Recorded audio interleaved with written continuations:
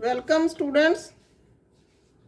ਸਾਡਾ ਟੌਪਿਕ ਆ ਸਮਾਜੀਕਰਨ ਦੇ ਲੱਛਣ, ਫੀਚਰਸ ਆਫ ਸੋਸ਼ਲਾਈਜੇਸ਼ਨ।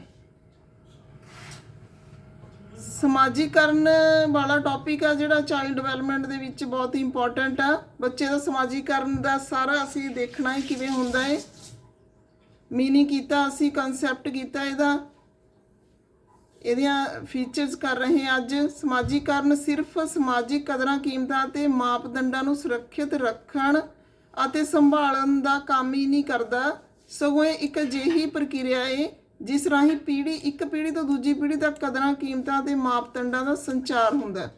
ਤਾਂ ਸਮਾਜੀਕਰਨ ਆ ਜਿਹੜਾ ਬਹੁਤ ਹੀ ਇੰਪੋਰਟੈਂਟ ਆ ਸੁਸਾਇਟੀ ਦੀ ਪ੍ਰੋਗਰੈਸ ਲਈ। ਬੱਚੇ ਦਾ ਜਾਂ ਹਰੇਕ ਵਿਅਕਤੀ ਦਾ ਜਿਹੜਾ ਸਮਾਜੀਕਰਨ ਹੋਣਾ ਚਾਹੀਦਾ ਹੈ। ਇਹਦੀਆਂ ਵਿਸ਼ੇਸ਼ਤਾਵਾਂ ਦੇ ਵਿੱਚ ਪਹਿਲਾ ਜਿਹੜੀ ਵਿਸ਼ੇਸ਼ਤਾ ਹੈਗੀ ਹੈ ਐਕਟੀਵਿਟੀਜ਼ ਐਟ ਇਨੀਸ਼ੀਅਲ ਸਟੇਜ। ਆਰੰਭਕ ਕਾਲ ਦੀਆਂ ਅਨੁਕਿਰਿਆਵਾਂ। ਆਰੰਭਕ ਕਾਲ ਦੀਆਂ ਅਨੁਕਿਰਿਆਵਾਂ ਨੇ ਜਿਹੜੀਆਂ ਇਹਦੇ ਵਿੱਚ ਬਹੁਤ ਮਹੱਤਵਪੂਰਨ ਰੋਲ ਅਦਾ ਕਰਦੀਆਂ ਨੇ। ਸ਼ਿਸ਼ੂ ਕਾਲ 'ਚ ਜਿਹੜਾ ਬੱਚਾ ਹੈ ਉਹ ਸਮਾਜਿਕ ਸੰਪਰਕ ਆਪਣੇ ਆਲੇ ਦੁਆਲੇ ਦੇ ਵਾਤਾਵਰਨ ਅਨੁਸਾਰ ਕਰਦਾ ਹੈ। ਉਸ ਸੰਪਰਕ 'ਚ ਉਹ ਰਹਿੰਦਾ ਹੈ। ਉਹ ਹਰ ਚੀਜ਼ 'ਤੇ ਆਪਣੀ ਟਿਕੀ ਲਗਾ ਕੇ ਰੱਖਦਾ ਹੈ। ਮਾਤਾ ਪਿਤਾ ਦਾ ਚਿਹਰਾ ਵੇਖ ਕੇ ਹੱਸਦਾ ਹੈ। ਭੁੱਖ ਲੱਗਣ 'ਤੇ ਰੋ ਕੇ ਮਾਂ ਨੂੰ ਸਮਝਾਉਂਦਾ ਹੈ।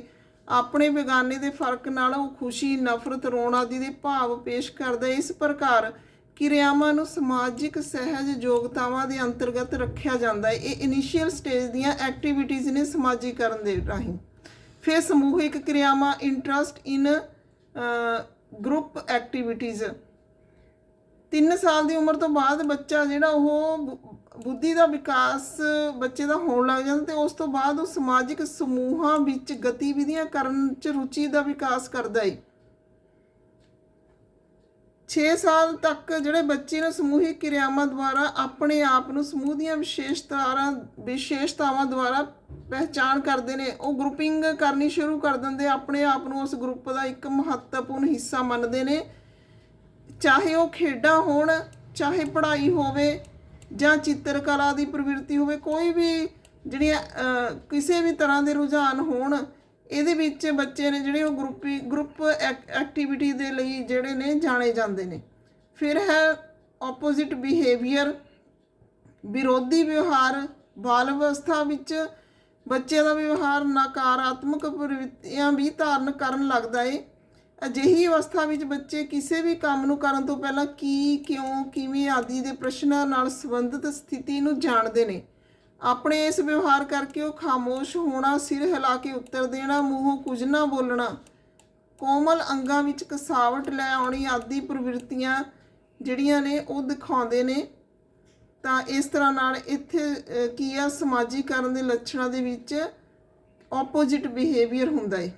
ਫਿਰ ਹੈਗਾ ਇਨਕਲਕੇਟ ਬੇਸਿਕ ਡਿਸਿਪਲਨ। ਸਮਾਜੀਕਰਨ ਆ ਜਿਹੜਾ ਮੁੱਢਲਾ ਅਨੁਸ਼ਾਸਨ ਪੈਦਾ ਕਰਦਾ ਹੈ। ਇਸ ਰਾਹੀਂ ਇੱਕ ਵਿਅਕਤੀ ਆਪਣੇ ਆਵੇਗਾਂ ਨੂੰ ਨਿਯੰਤਰਣ ਕਰਨਾ ਸਿੱਖਦਾ ਹੈ। ਸਮਾਜਿਕ ਸਵੀਕਾਰਤਾ ਹਾਸਲ ਕਰਨ ਲਈ ਅਨੁਸ਼ਾਸਿਤ ਵਿਵਹਾਰ ਪ੍ਰਗਟ ਕਰਦਾ ਹੈ। ਬੇਸਿਕ ਡਿਸਿਪਲਨ ਪੈਦਾ ਕਰਨਾ ਜਿਹੜਾ ਸਮਾਜੀਕਰਨ ਦਾ ਮੁੱਢਲਾ ਕਰਤੱਵ ਆ। ਤਾਂ ਬੇਸਿਕ ਡਿਸਿਪਲਨ ਸਮਾਜ ਦੇ ਵਿੱਚ ਰਹਿਣਾ ਸਿਖਾਉਂਦਾ ਬੱਚੇ ਨੂੰ। ਮਨੁੱਖੀ ਵਿਵਹਾਰ ਨਿਯੰਤਰਣ ਕਰਨ ਵਿੱਚ ਸਹਾਈ, helps to control human behaviour. ਸਮਾਜੀਕਰਨ ਆ ਜਿਹੜਾ ਮਨੁੱਖੀ ਵਿਵਹਾਰ ਨੂੰ ਨਿਯੰਤਰਣ ਕਰਨ ਵਿੱਚ ਮਦਦਗਾਰ ਸਿੱਧ ਹੁੰਦਾ ਹੈ। ਇੱਕ ਵਿਅਕਤੀ ਹੈ ਜਿਹੜਾ ਜਨਮ ਤੋਂ ਮੌਤ ਤੱਕ ਸਿਖਲਾਈ ਪ੍ਰਾਪਤ ਕਰਦਾ ਰਹਿੰਦਾ ਹੈ। ਉਸ ਦੇ ਜਿਹੜੇ ਬਿਹੇਵੀਅਰ ਆ ਉਹਦੇ ਵਿੱਚ ਅਨੇਕਾਂ ਢੰਗਾਂ ਨਾਲ ਜਿਹੜਾ ਉਹ ਨਿਯੰਤਰਣ ਕਰਦਾ ਉਸ ਨੂੰ। ਸਮਾਜਿਕ ਵਿਵਸਥਾ ਬਣਾਈ ਰੱਖਣ ਲਈ ਸਮਾਜ ਵਿੱਚ ਨਿਸ਼ਚਿਤ ਢੰਗ ਅਤੇ ਵਿਵਸਥਾਵਾਂ ਮੌਜੂਦ ਨੇ ਜਿਨ੍ਹਾਂ ਵਿੱਚ ਦੀ ਹੁੰਦਾ ਹੋਇਆ ਜਿਹੜਾ ਵਿਅਕਤੀ ਆ ਉਹ ਆਪਣੇ ਬਿਹੇਵੀਅਰ ਨੂੰ ਇਸ ਤਰ੍ਹਾਂ ਦਾ ਬਣਾਉਂਦਾ ਕਿ ਉਹ ਸਮਾਜ ਦੇ ਵਿੱਚ ਸਮਾਯੋਜਨ ਕਰ ਸਕੇ। ਸਮਾਜੀਕਰਨ ਰਾਹੀਂ ਸਮਾਜ ਆਪਣੇ ਮੈਂਬਰਾਂ ਦਾ ਵਿਵਹਾਰ ਅਚੇਤ ਢੰਗ ਰਾਹੀਂ ਹੀ ਨਿਯੰਤਰਣ ਕਰਦਾ ਰਹਿੰਦਾ ਹੈ। ਫਿਰ ਅੱਗੇ ਹੈਗਾ ਜੀ ਸਮਾਜੀਕਰਨ ਸੰਸਥਾਵਾਂ ਵਿੱਚ ਜ਼ਿਆਦਾ ਮਾਨਵਤਾ ਹੋਣ ਕਰਕੇ ਸਮਾਜੀਕਰਨ ਵਿੱਚ ਤੇਜ਼ੀ। Socialization is rapid if there is more humanity among the agencies of socialization। ਜਿਹੜੀਆਂ ਸਮਾਜੀਕਰਨ ਦੀਆਂ ਏਜੰਸੀਆਂ ਨੇ ਇਹਨਾਂ ਦੇ ਵਿੱਚ ਜੇ ਵਿਹਾਰ ਆ ਜਿਹੜਾ ਉਹ ਮਨੁੱਖਤਾਵਾਦੀ ਹੋਵੇ ਤਾਂ ਸਮਾਜੀਕਰਨ ਦੀ ਪ੍ਰਕਿਰਿਆ ਤੇਜ਼ ਹੋ ਜਾਂਦੀ ਹੈ। ਜਿਹੜੀਆਂ ਸੋਸ਼ਲਾਈਜੇਸ਼ਨ ਦੀਆਂ ਏਜੰਸੀਜ਼ ਕਿਹੜੀਆਂ ਨੇ, ਘਰ, ਸਕੂਲ ਜਾਂ ਹੋਰ ਸਾਥੀ ਗਰੁੱਪ, ਇਸ ਤਰ੍ਹਾਂ ਜਾਂ ਜਿੱਥੇ ਕਾਮਨ ਗਰੁੱਪ 'ਚ ਲੋਕ ਮਿਲਦੇ ਨੇ, ਉਹ ਸੋਸ਼ਲਾਈਜੇਸ਼ਨ ਦੀਆਂ ਏਜੰਸੀਆਂ ਨੇ ਜਿਹੜੀਆਂ ਸਾਡੇ ਵਿਵਹਾਰ ਨੂੰ ਪ੍ਰਭਾਵਿਤ ਕਰਦੀਆਂ ਨੇ। ਜੇ ਇੱਥੇ ਜਿਹੜਾ ਵਿਅਕਤੀ ਨਾਲ ਵਰਤਾਓ ਆ ਜਿਹੜਾ ਉਹ ਪੋਜ਼ਿਟਿਵ ਹੋਵੇ ਤਾਂ ਉਸ ਦਾ ਸਮਾਜੀਕਰਨ ਆ ਜਿਹੜਾ ਉਹ ਪ੍ਰਭਾਵਸ਼ਾਲੀ ਹੁੰਦਾ ਹੈ। ਫਿਰ ਹੈਗਾ socialisation is formal and informal, ਰਸਮੀ ਵੀ ਹੁੰਦਾ ਤੇ ਅਣਰਸਮੀ ਵੀ ਹੁੰਦਾ। ਸਮਾਜੀਕਰਨ ਦੀ ਪ੍ਰਕਿਰਿਆ ਜਿਹੜੀ ਅਨੁਦੇਸ਼ਨਾਂ ਤੇ ਸਕੂਲ ਦੇ ਕਾਲਜ ਦੀ ਸਿੱਖਿਆ ਰਾਹੀਂ ਵਾਪਰਦੀ ਹੈ। ਪਰਿਵਾਰ ਸਿੱਖਿਆ ਦਾ ਮੂਲ ਅਤੇ ਸਭ ਤੋਂ ਵਧੇਰੇ ਪ੍ਰਭਾਵਸ਼ਾਲੀ ਸਾਧਨ ਹੈ। ਬੱਚੇ ਪਰਿਵਾਰ ਅੰਦਰ ਭਾਸ਼ਾ, ਰਸਮਾਂ, ਰਿਵਾਜ, ਮਾਣਕ ਤੇ ਕਦਰਾਂ ਕੀਮਤਾਂ ਸਿੱਖਦੇ ਨੇ। ਅੱਗੇ ਹੈਗਾ ਜੀ ਸੋਸ਼ਲਾਈਜੇਸ਼ਨ ਇਜ਼ ਕੰਟੀਨਿਊਸ ਪ੍ਰੋਸੈਸ, ਇੱਕ ਨਿਰੰਤਰ ਪ੍ਰਕਿਰਿਆ ਹੈ ਸਮਾਜੀਕਰਨ, ਉਮਰ ਭਰ ਚੱਲਦੀ ਆ। ਇੱਕ ਸਟੇਜ ਖਤਮ ਹੋਣ ਤੋਂ ਬਾਅਦ ਦੂਸਰੀ ਸਟੇਜ ਤੇ ਸ਼ੁਰੂ ਹੋ ਜਾਂਦੀ ਆ, ਦੂਸਰੀ ਸਟੇਜ ਖਤਮ ਹੋਣ ਤੋਂ ਬਾਅਦ ਤੀਸਰੀ ਤੇ ਸ਼ੁਰੂ ਹੋ ਜਾਂਦੀ ਹੈ। ਇਸ ਤਰ੍ਹਾਂ ਨਾਲ ਇਹ ਲਗਾਤਾਰ ਚੱਲਣ ਵਾਲੀ ਪ੍ਰਕਿਰਿਆ ਹੈ। ਸੱਭਿਆਚਾਰ, ਜਿਵੇਂ ਸੱਭਿਆਚਾਰ ਦਾ ਸਮਾਵੇਸ਼ਨ ਆ ਜਿਹੜਾ ਪੀੜ੍ਹੀ ਦਰ ਪੀੜ੍ਹੀ ਚੱਲਦਾ ਰਹਿੰਦਾ, ਸਮਾਜ ਸੱਭਿਆਚਾਰ ਦੇ ਸਮਾਵੇਸ਼ਨ ਰਾਹੀਂ ਸਥਿਰ ਬਣਿਆ ਰਹਿੰਦਾ ਹੈ। ਆਪਣੇ ਮੈਂਬਰਾਂ ਨੂੰ ਸੱਭਿਆਚਾਰ ਨੂੰ ਅਗਲੀ ਪੀੜ੍ਹੀ ਤੱਕ ਸੰਚਾਰ ਕਰਨ ਵਿੱਚ, ਸਮਾਜ ਦੀ ਹੋਂਦ ਬਣਾਈ ਰੱਖਣ ਵਿੱਚ ਸਮਾਜੀਕਰਨ ਦੀ ਬਹੁਤ ਭੂਮਿਕਾ ਹੈ। ਫਿਰ ਲੜਾਈ ਝਗੜਾ, ਇਹ ਵੀ ਇੱਕ ਪੱਖ ਆ, ਇਹ ਵੀ ਇੱਕ ਵਿਸ਼ੇਸ਼ਤਾ, ਇਹ ਵੀ ਇੱਕ ਲੱਛਣ ਆ ਸਮਾਜੀਕਰਨ ਦਾ ਕਿ ਜਿਹੜਾ ਉਮਰ ਵਾਧੇ ਦੇ ਨਾਲ ਨਾਲ ਬੱਚਿਆਂ ਦੇ ਬਿਹੇਵੀਅਰ ਵਿੱਚ ਇੱਧਰ ਉੱਧਰ ਦੀਆਂ ਗੱਲਾਂ ਕਰਨਾ, ਲੜਾਈ ਝਗੜਾ ਕਰਨ ਦੀ ਪ੍ਰਵਿਰਤੀ ਵੱਧਦੀ ਆ। ਇਸ ਦਾ ਰੁਝਾਨ ਉਸ ਸਮੇਂ ਵੱਧਦਾ ਜਦੋਂ ਉਸਦੇ ਕੰਮਾਂ ਜਾਂ ਇੱਛਾ ਵਿੱਚ ਰੁਕਾਵਟ ਖੜੀ ਕਰਨ ਦੀ ਕੋਸ਼ਿਸ਼ ਕਰਦਾ ਹੈ। ਇਸ ਅਵਸਥਾ ਵਿੱਚ ਪ੍ਰੌੜ ਉਮਰ ਦੇ ਵਿਅਕਤੀ ਹੀ ਮਨੋਵਿਗਿਆਨਕ ਤੌਰ 'ਤੇ ਸਮਾਜਿਕ ਮਾਪਦੰਡਾਂ ਦੇ ਹਿਸਾਬ ਨਾਲ ਕਿਸ਼ੋਰਾਂ ਦੀ ਅਗਵਾਈ ਕਰਨਗੇ, ਤਾਂ ਹੀ ਉਹਨਾਂ ਦੀਆਂ ਇਸ ਪ੍ਰਕਾਰ ਦੀਆਂ ਪ੍ਰਵਿਰਤੀਆਂ ਦਾ ਵਿਕਾਸ ਹੋ ਸਕੇਗਾ। ਫਿਰ ਡਾਇਰੈਕਟ ਸੋਸ਼ਲ ਨੌਲੇਜ, ਸਮਾਜਿਕ ਪ੍ਰਤੱਖ ਗਿਆਨ, ਇਹਦੇ ਦੁਆਰਾ ਹੀ ਵਿਅਕਤੀ ਵਿੱਚ ਪਰਿਪੱਕਤਾ ਆਉਂਦੀ ਹੈ। ਇਸ ਪ੍ਰਕਿਰਿਆ ਅਨੁਸਾਰ ਬੱਚਾ ਜਾਂ ਵਿਅਕਤੀ ਦੂਸਰੇ ਵਿਅਕਤੀਆਂ ਦੇ ਵਿਚਾਰਾਂ ਤੋਂ ਪ੍ਰਭਾਵਿਤ ਹੁੰਦਾ ਹੈ। ਉਸ ਵਿੱਚ ਸੰਵੇਦਨਾਵਾਂ ਦਾ ਵਿਕਾਸ ਹੋਣ ਲੱਗਦਾ ਹੈ। ਉਸ ਵਿੱਚ ਸਹਿਯੋਗ, ਈਰਖਾ, ਦਵੰਦਤਾ ਆਦਿ ਦੇ ਭਾਵ ਨੇ ਜਿਹੜੇ ਉਹ ਪ੍ਰਗਟ ਹੋਣ ਲੱਗਦੇ ਨੇ। ਇਸ ਤਰ੍ਹਾਂ ਨਾਲ ਅਸੀਂ ਕਹਿ ਸਕਦੇ ਹਾਂ ਕਿ ਡਾਇਰੈਕਟ ਸੋਸ਼ਲ ਨੌਲੇਜ ਆ ਜਿਹੜੀ ਉਹ ਸਮਾਜੀਕਰਨ ਦੀ ਵਿਸ਼ੇਸ਼ਤਾ ਹੈ। ਸਪਿਰਿਟ ਆਫ ਕੰਪੀਟੀਸ਼ਨ, ਮੁਕਾਬਲੇ ਦੀ ਭਾਵਨਾ, ਸਮਾਜਿਕ ਵਿਕਾਸ ਦੁਆਰਾ ਹੀ ਬੱਚਾ ਮੁਕਾਬਲੇ ਦੀ ਭਾਵਨਾ ਸਿੱਖਦਾ ਹੈ। ਉਸ ਵਿੱਚ ਦੂਸਰੇ ਤੋਂ ਅੱਗੇ ਲੰਘਣ ਦੀ ਭਾਵਨਾ ਤੇਜ਼ ਹੋ ਜਾਂਦੀ ਹੈ। ਇਸੇ ਭਾਵ ਕਰਕੇ ਉਹ ਆਪਣੇ ਵਿਰੋਧੀ ਮਿੱਤਰਾਂ ਨਾਲ ਵੀ ਸੰਪਰਕ ਕਰਦਾ ਹੈ, ਜਿਵੇਂ ਖੇਡ ਮੁਕਾਬਲਿਆਂ 'ਚ ਅੱਗੇ ਨਿਕਲਣ ਦੀ ਭਾਵਨਾ। ਫਿਰ ਅੱਗੇ ਸਪਿਰਿਟ ਆਫ ਸਿੰਪਥੀ, ਹਮਦਰਦੀ ਦੀ ਭਾਵਨਾ ਵੀ ਸਮਾਜੀਕਰਨ ਦਾ ਇੱਕ ਲੱਛਣ ਆ। ਇਸ ਭਾਵਨਾ ਦਾ ਵਿਕਾਸ ਬੱਚਿਆਂ 'ਚ ਸ਼ੁਰੂ ਤੋਂ ਹੀ ਹੋਣ ਲੱਗ ਜਾਂਦਾ, ਪਹਿਲੀ ਸਟੇਜ ਤੋਂ ਹੀ। ਹਮਦਰਦੀ ਦਾ ਗੁਣ ਉਮਰ ਤੇ ਪਰਿਪੱਕਤਾ ਦੇ ਨਾਲ ਬਦਲਦਾ ਰਹਿੰਦਾ ਏ। ਤਾਂ ਛੋਟੀ ਉਮਰ ਦੇ ਵਿੱਚ ਬੱਚਾ ਆਪਣਾ ਖਿਡੌਣਾ ਹਮਦਰਦੀ ਦੀ ਭਾਵਨਾ ਕਰਕੇ ਆਪਣੇ ਹਮ ਉਮਰ ਦੇ ਸਾਥੀ ਨੂੰ ਦੇ ਦਿੰਦਾ ਏ, ਪਰ ਉਮਰ ਅਤੇ ਪਰਿਪੱਕਤਾ ਦੇ ਆਧਾਰ 'ਤੇ ਹਮਦਰਦੀ ਦੀ ਭਾਵਨਾ ਉੱਚ ਆਦਰਸ਼ਾਂ ਵੱਲ ਜਾਂਦੀ ਹੈ। ਡਿਵੈਲਪਮੈਂਟ ਆਫ ਸੈਲਫ, ਸਮਾਜੀਕਰਨ ਦਾ ਇੱਕ ਲੱਛਣ ਆ ਕਿ ਇਹਦੇ ਦੁਆਰਾ ਵਿਅਕਤੀ ਦਾ ਸਵੈ ਦਾ ਵਿਕਾਸ ਹੁੰਦਾ ਏ। ਸੱਭਿਆਚਾਰਕ ਹਸਤਾਂਤਰਣ, ਟਰਾਂਸਮਿਸ਼ਨ ਆਫ ਕਲਚਰ, ਜਿਹੜਾ ਸੱਭਿਆਚਾਰ ਦੁਆਰਾ ਸਮਾਜੀਕਰਨ ਦੁਆਰਾ ਸੱਭਿਆਚਾਰ ਪੀੜ੍ਹੀ ਦਰ ਪੀੜ੍ਹੀ ਚੱਲਦਾ ਰਹਿੰਦਾ ਏ। ਇਸ ਤਰ੍ਹਾਂ ਨਾਲ ਜਿਹੜਾ ਕਲਚਰ ਆ ਉਸ ਦੀ ਟਰਾਂਸਮਿਸ਼ਨ ਆ ਜਿਹੜੀ ਹੁੰਦੀ ਰਹਿੰਦੀ ਹੈ। ਤਾਂ ਇਹ ਸੀਗੀਆਂ ਫੀਚਰਸ, ਇਸ ਦੇ ਟਾਈਪਸ ਕਰਦੇ ਹਾਂ ਹੁਣ ਅਸੀਂ। ਸਮਾਜੀਕਰਨ ਦੀਆਂ ਕਿਸਮਾਂ, ਇਹ ਟੌਪਿਕ ਵੀ ਜਿਹੜਾ ਹੈ ਇਸ ਦੇ ਨਾਲ ਹੀ ਰਿਲੇਟਡ ਹੈ, ਵਿਸ਼ੇਸ਼ਤਾਵਾਂ ਦੇ ਨਾਲ, ਲੱਛਣਾਂ ਦੇ ਨਾਲ। ਪ੍ਰਾਇਮਰੀ ਸਮਾਜੀਕਰਨ, ਸਮਾਜੀਕਰਨ ਭਾਵੇਂ ਬਾਲ ਅਵਸਥਾ ਤੋਂ ਸ਼ੁਰੂ ਹੋ ਜਾਂਦਾ, ਸਾਰੀ ਉਮਰ ਜਾਰੀ ਰਹਿੰਦਾ ਹੈ। ਇਹ ਉਮਰ ਭਰ ਚੱਲਣ ਵਾਲੀ ਪ੍ਰਕਿਰਿਆ ਹੈ। ਤਾਂ ਇਸ ਦੀਆਂ ਕਈ ਕਿਸਮਾਂ ਹੋ ਸਕਦੀਆਂ ਨੇ। ਪਹਿਲੀ ਸਟੇਜ ਦੇ ਵਿੱਚ ਪ੍ਰਾਇਮਰੀ ਸਮਾਜੀਕਰਨ। ਪ੍ਰਾਇਮਰੀ ਸਮਾਜੀਕਰਨ ਜਿਵੇਂ ਅਸੀਂ ਜਾਣਦੇ ਹਾਂ, ਪਹਿਲਾਂ ਵੀ ਅਸੀਂ ਜਿਹੜਾ ਇਹ ਕੀਤੀ ਆ ਵੀਡੀਓ, ਕਿ ਸਮਾਜੀਕਰਨ ਦੀ ਸ਼ੁਰੂਆਤ ਆ ਜਿਹੜੀ ਮਾਂ ਦੇ ਗਰਭ 'ਚ ਹੋ ਜਾਂਦੀ ਹੈ ਸ਼ੁਰੂ। ਜਨਮ ਦੀ ਪ੍ਰਕਿਰਿਆ ਨਾਲ ਹੀ ਬੱਚਾ ਹੈ ਜਿਹੜਾ ਉਹ ਸਮਾਜੀਕਰਨ ਦੀ ਪ੍ਰਕਿਰਿਆ 'ਚ ਐਂਟਰ ਕਰਦਾ ਹੈ।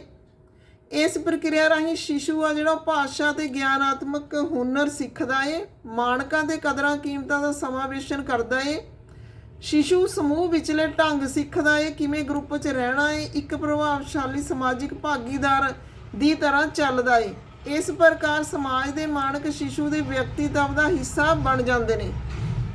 ਬੱਚੇ ਅੰਦਰ ਠੀਕ ਅਤੇ ਗਲਤ ਦੀ ਸਮਝ ਨਹੀਂ ਹੁੰਦੀ, ਉਹ ਸਿੱਧੇ ਤੇ ਅਸਿੱਧੇ ਅਵਲੋਕਨ, ਨਿਰੀਖਣ ਅਤੇ ਤਜਰਬਿਆਂ ਰਾਹੀਂ ਸਹੀ ਗਲਤ ਚੀਜ਼ਾਂ ਸੰਬੰਧੀ ਮਾਨਕ ਨੇ ਜਿਹੜੇ ਉਹ ਹੌਲੀ ਹੌਲੀ ਸਿੱਖਦਾ ਏ। ਪ੍ਰਾਇਮਰੀ ਸੋਸ਼ਲਾਈਜੇਸ਼ਨ ਹੈ ਜਿਹੜਾ ਪਰਿਵਾਰ ਰਾਹੀਂ ਹੁੰਦਾ ਏ। ਫਿਰ ਸੈਕੰਡਰੀ ਸੋਸ਼ਲਾਈਜੇਸ਼ਨ ਆ, ਇਹ ਪ੍ਰਕਿਰਿਆ ਪਰਿਵਾਰ ਤੋਂ ਬਾਹਰ ਉਸਦੇ ਸਮਸਰ ਸਾਥੀਆਂ, ਹਮ ਸਫਰ ਸਾਥੀਆਂ ਨਾਲ ਸੰਬੰਧਾਂ ਅਧੀਨ ਦੇਖੀ ਜਾਂਦੀ ਹੈ। ਵੱਧ ਰਿਹਾ ਬੱਚਾ ਆਪਣੇ ਸਾਥੀਆਂ ਕੋਲੋਂ ਮਹੱਤਵਪੂਰਨ ਸਮਾਜਿਕ ਵਿਵਹਾਰ ਸਿੱਖਦਾ ਏ। ਉਹ ਸਕੂਲ ਵਿੱਚ ਵੀ ਅਜਿਹਾ ਗਿਆਨ ਸਿੱਖਦਾ ਏ। ਇਸ ਪ੍ਰਕਾਰ ਉਸਦਾ ਸਮਾਜੀਕਰਨ ਪਰਿਵਾਰ ਦੇ ਵਾਤਾਵਰਣ ਤੋਂ ਬਾਹਰ ਵੀ ਚੱਲਦਾ ਰਹਿੰਦਾ ਏ। ਸੈਕੰਡਰੀ ਸਮਾਜੀਕਰਨ ਇਸ ਪ੍ਰਕਾਰ ਬੱਚੇ ਦੁਆਰਾ ਸੰਸਥਾ ਜਾਂ ਰਸਮੀ ਸਥਾਨ ਤੇ ਪ੍ਰਾਪਤ ਸਮਾਜਿਕ ਸਿਖਲਾਈ ਹੈ ਜੋ ਉਮਰ ਭਰ ਚੱਲਦੀ ਰਹਿੰਦੀ ਹੈ। ਫਿਰ ਅੱਗੇ ਹੈਗਾ ਬਾਲਗ ਸਮਾਜੀਕਰਨ।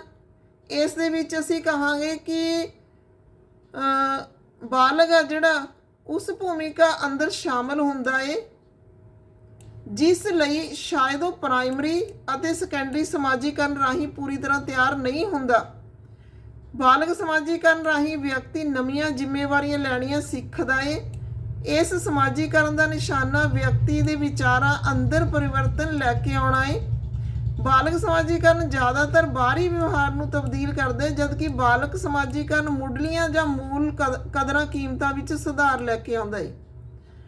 ਫਿਰ ਅੱਗੇ ਹੈਗਾ ਤੁਹਾਡਾ ਐਂਟੀਸਿਪੇਟਰੀ ਸੋਸ਼ਲਾਈਜੇਸ਼ਨ, ਪੂਰਵ ਅਨੁਮਾਨ ਸਮਾਜੀਕਰਨ ਕਹਿੰਦੇ ਨੇ।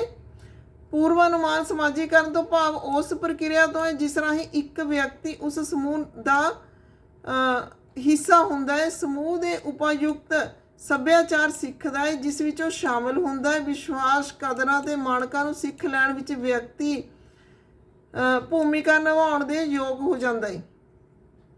ਫਿਰ ਅੱਗੇ ਹੈਗਾ ਰੀ ਸੋਸ਼ਲਾਈਜੇਸ਼ਨ, ਪੁਨਰ ਸਮਾਜੀਕਰਨ।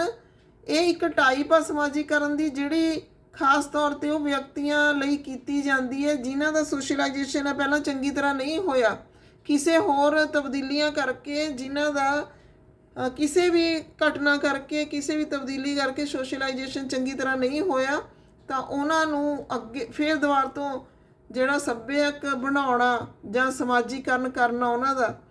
ਇਹਦੇ ਵਿੱਚ ਅਸੀਂ ਐਗਜ਼ਾਮਪਲ ਲੈ ਲੈਂਦੇ ਹੁੰਦੇ ਹਾਂ, ਜਿਵੇਂ ਅਪਰਾਧੀ ਜਾਂ ਸਮਾਜ ਵਿਰੋਧੀ ਅਨਸਰ ਨੇ ਜਿਹੜੇ, ਉਹਨਾਂ ਦਾ ਅਸੀਂ ਕਹਾਂਗੇ ਸੋਸ਼ਲਾਈਜੇਸ਼ਨ ਚੰਗੀ ਤਰ੍ਹਾਂ ਨਹੀਂ ਹੋਇਆ, ਉਹਨਾਂ ਨੂੰ ਜਿਹੜਾ ਪੁਨਰ ਸਮਾਜੀਕਰਨ ਦੀ ਲੋੜ ਹੁੰਦੀ ਹੈ। ਤਾਂ ਇਹ ਜਿਹੜੀ ਟਾਈਪ ਆ ਇਹਦੇ ਵਿੱਚ ਅਸੀਂ ਦੁਬਾਰਾ ਤੋਂ ਜਦੋਂ ਆਪਣਾ ਸਾਰੀ ਜਿਹੜੀ ਪ੍ਰੋਸੈਸ ਆ ਚਲਾਉਂਦੇ ਆ, ਉੱਪਰਲੇ ਤਰ੍ਹਾਂ ਦੇ ਜਿਹੜੇ ਸੱਭਿਆਚਾਰ ਨੇ, ਪ੍ਰਾਇਮਰੀ ਹੋਵੇ, ਸੈਕੰਡਰੀ ਹੋਵੇ, ਅਡਲਟ ਹੋਵੇ ਜਾਂ ਐਂਟੀਸਿਪੇਟਰੀ ਹੋਵੇ, ਉਹਨਾਂ ਤੋਂ ਇਹ ਉਲਟ ਹੁੰਦਾ ਜਾਂ ਇਹਨੂੰ ਵਿਰੋਧੀ ਕਹਿ ਸਕਦੇ ਹਾਂ ਅਸੀਂ, ਕਿਉਂਕਿ ਇਹ ਸਾਰਾ ਪ੍ਰੋਸੈਸ ਦੁਬਾਰਾ ਤੋਂ ਚਲਾਉਣ ਵਾਲੀ ਗੱਲ ਹੈ।